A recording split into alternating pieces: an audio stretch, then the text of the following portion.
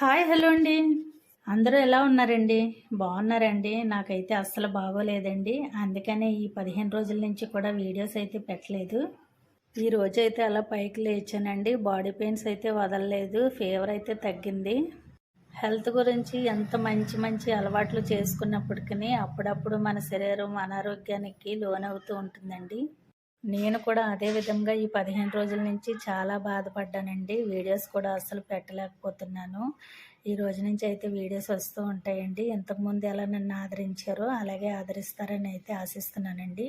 మా ఆయన కూడా ఇంటి దగ్గరే ఉండిపోయారు నా హెల్త్ బాగోలేకపోవడం వల్ల. ఇక్కడ పని అయితే స్టార్ట్ చేశారండి. ఈ రోజైతే నెమ్మదిగా అక్కడికి వచ్చాను. ఇక్కడ మెట్లు ఒకటి ఉంటాయి కదండి, చూపించాను మీకు ఫస్ట్లోనే.